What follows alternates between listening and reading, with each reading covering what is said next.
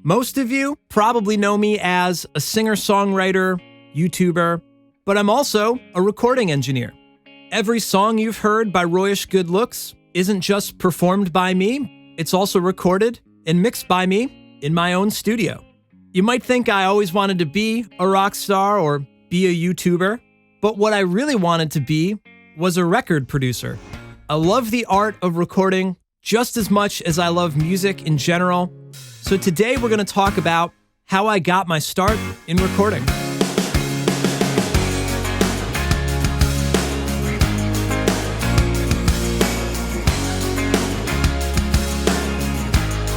Welcome to the Royish Good Looks podcast, episode number 6. I'm your host, Roy. Before we get into the show this week, one final reminder that this is the last week to get this month's Patreon bonus track, The Force Is With Me, the acoustic version. And next month, with May the 4th, I'm going to have a couple surprises, so I don't want you to miss out. Head over to patreon.com/RoyishGoodLooks. Sign up for that bonus tracks tier so you can get these extra songs every month. And of course, there's a couple other cool Patreon perks you can get, and you'll be supporting the show. On episode 3, I mentioned how special it is to actually enjoy your own art, to listen to your own song. And it might sound pretentious, but I love listening to my own music. I can get lost going through my own catalog, listening to old recordings, stuff I've released, stuff I'm still working on. My songs and the recordings of them, it's kind of like a musical photo album. It's a moment in time. It's a memory. And of course, some songs come out better than others, and I do things a little bit differently now than I used to, whether I sing differently or I just got better at recording. It's just like when you look through old photos and you see the clothes you used to wear or the way you used to do your hair. You can't hide all that stuff. That's just the way it was at the time. Obviously, photo albums are really special to us, and I think the same way about my recordings. So, of course, I have hundreds and hundreds of recordings that we could look back on, but how did we get to where I am today? Well, like a lot of 90s kids that saw Home Alone 2, I had a Talkboy cassette tape recorder, and this was my first experience being able to record something. I didn't record music with it. I didn't try to buy things over the phone with my dad's credit card with it. I actually used it to record the audio off of the TV. It sounds kind of silly, but you have to flash back to the 90s. We were always recording The Simpsons on VHS tape in my house so we could watch it over and over again. And one summer I was going off to camp and I wanted to be able to bring The Simpsons with me, but we weren't going to have a TV. So I literally took the Talkboy and stuck it next to the TV speaker and would just record the audio to the episodes. It was basically Simpsons, the podcast version. Once I started playing guitar, my mom got me an actual tape machine. It was a 4-track cassette recorder that came with a set of headphones and one microphone. This is basically every audio engineer's origin story. But that's really how it all started. I could record guitar on one track, vocals on the second, and kind of become my own little band. And that was awesome. At the time, it wasn't about recording and releasing the music. It was more about just capturing your song idea. I had tons of riffs and parts that I would make up, not always full songs, and it was really easy for me to forget all these tiny ideas. And I didn't know how to write them down on paper, but I could record them on this 4-track cassette tape. There's really nothing worse than having a cool song idea and not being able to remember it the next day. Nowadays, voice memo is amazing for this, but now I have a phone full of ideas that you forget how many ideas you really have, even though they're all recorded there. I really need to spend a day and go through all of my voice memos and see what I'm missing. Eventually, I got into recording on the computer in the early 2000s. I had this software called Samplitude, It was really overcomplicated to me, and half the time I couldn't even get it to work. But I recorded a handful of songs with it, just like the tape machine, a guitar track or two, a few vocals. I actually used to record like a rhythm guitar and then use the same guitar to record a bass line, even though it was like the same notes. I didn't know what I was doing at all, but I was just having fun layering all these tracks. I lost most of the songs I recorded from that era, but I do have one of them. It's the oldest known song I ever wrote and recorded.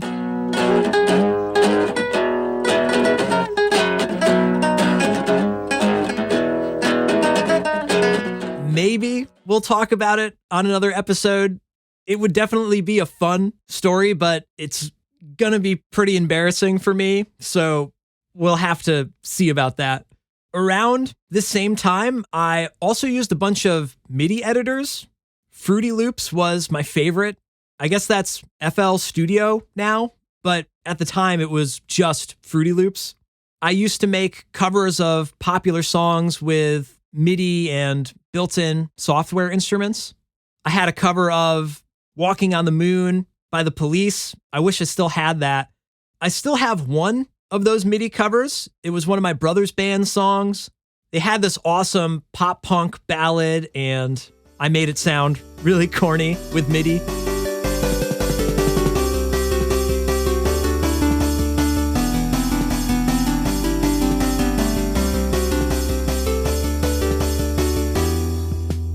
I mentioned it a bit last episode. My brother's bands were a huge influence on me, and I visited Russ while his band was recording in a local studio around this same time, or I guess probably before this, actually. It had this control room with the computer and all the recording gear, with a big window that looked into this live room with drums and guitar amps.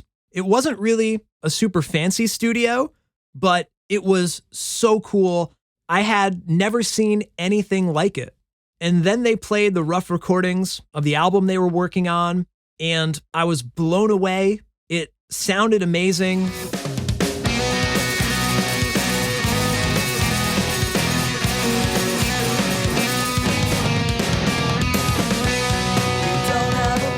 It might have been just being in that really exciting environment that everything probably would have sounded cool, looking at a big mixer and all the cool recording stuff being in the studio.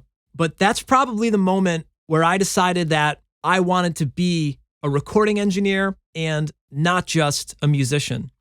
Then around 2003, my family finally ditched using Windows PCs and we got a G5 iMac. Mainly because it had GarageBand and iMovie, and it just seemed really fun. Plus, our PCs were always getting viruses and slowing down. Classic 90s kid stuff, downloading so much crap with Napster and Kazaa. But GarageBand seriously leveled up my recording game. It was way easier to use, and it had everything you needed. Effects, drum sounds, keyboards, strings, even loops if you didn't play an instrument at all, or you didn't have a keyboard, or you weren't into MIDI editing like I was. So now my personal band had like 50 more members and they all sounded great. I became totally obsessed with recording songs in it, or at least demos, not always full songs, but a little bit more complete ideas than when I just had the tape machine.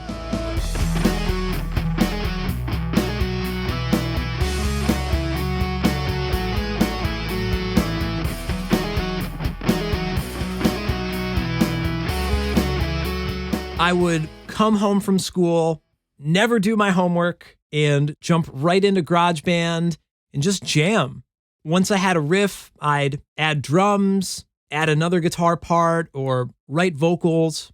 It was basically like the songwriting process I talked about in episode 2. I was experimenting and figuring out how to record stuff that I liked. One of my biggest inspirations at the time was John Feldman, and still is. the singer-songwriter in Goldfinger. He produced a bunch of bands that I loved. Goldfinger, Mest, The Used, Story of the Year. All those records were just so engaging. The songs were great, but so was the recording and the production. There was so much ear candy and special effects, and every time you listened to one of his productions, you could find something new that was hidden in there that was just totally awesome.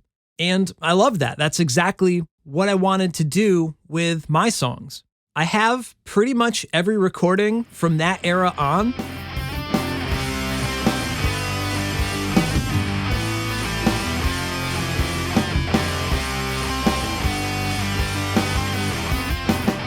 Most of them are pretty embarrassing now. Like I said, it's looking through an old photo album and how silly you used to sound or how bad the mix is or whatever. I could definitely do a whole episode on my favorite and least favorite demos if I was brave enough to do it. I wasn't just recording myself around this time. I also recorded a lot of songs for my friends or just with my friends in high school. I was just sort of the songwriting and recording guy in my circle. We'd get together and write songs for our girlfriends, or sometimes we would record joke songs too. Like one time we wrote and recorded a song all about Jack Bauer from 24. Recording is just a lot of fun. Like I said, you're capturing these moments in time, whether you're being serious or not. You get this kind of musical yearbook. And thinking about it now, those were some of the most fun times that I had in high school. I wasn't super athletic. I wasn't Rico Suave. I was a band geek. But when you were in my bedroom recording studio, that was my domain where I actually was kind of cool.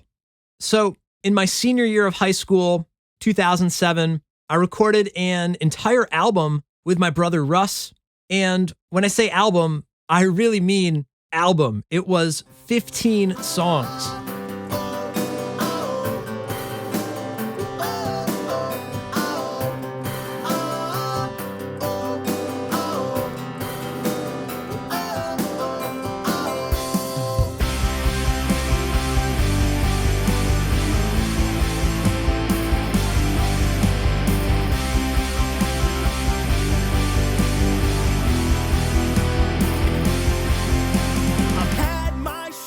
And Russ, I hate to put you on the spot again, but we've got to get you on the show at some point because that one project alone is definitely worth an episode, I think. I used to dream about one day opening a recording studio where I would only use GarageBand. Like I would be the first professional studio to use it or something, which is silly looking back on that now. But at the time, I really knew every in and out of the program.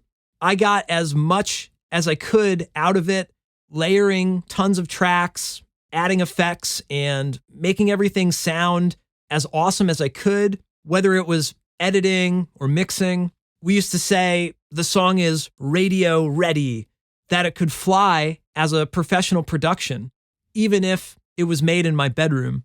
GarageBand couldn't do reverse effects though.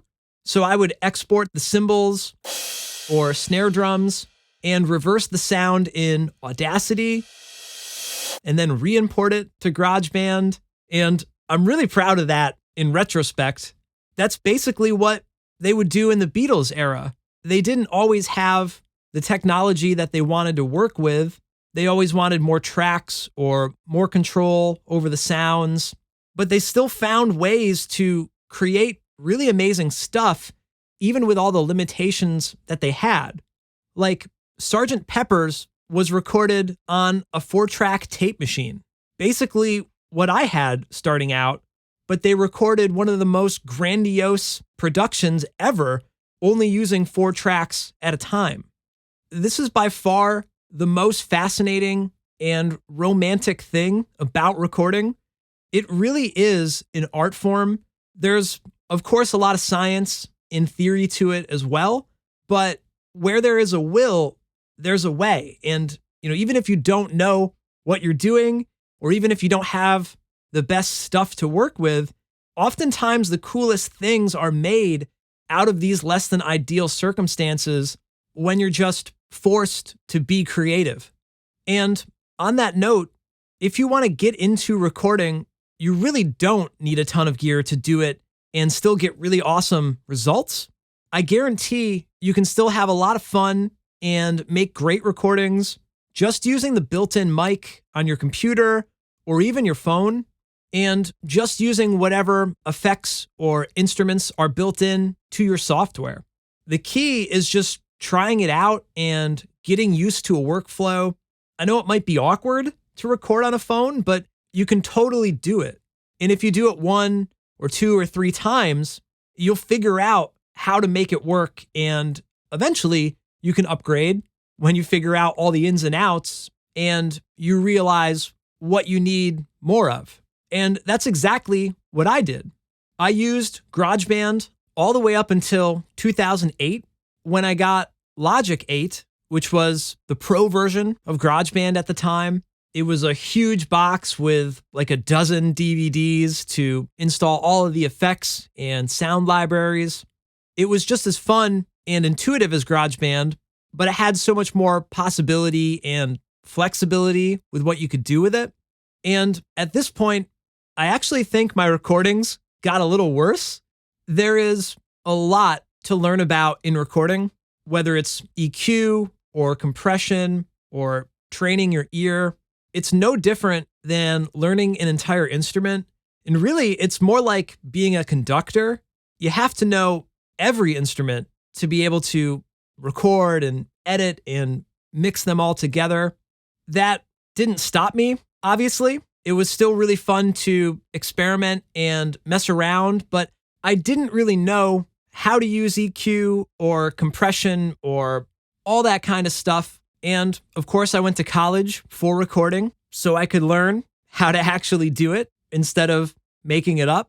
And in college, we used Pro Tools 8. And at first, Pro Tools sucked in comparison to Logic, which was just a lot more fun to use and easy to use. I actually just found one of my first Pro Tools projects from college.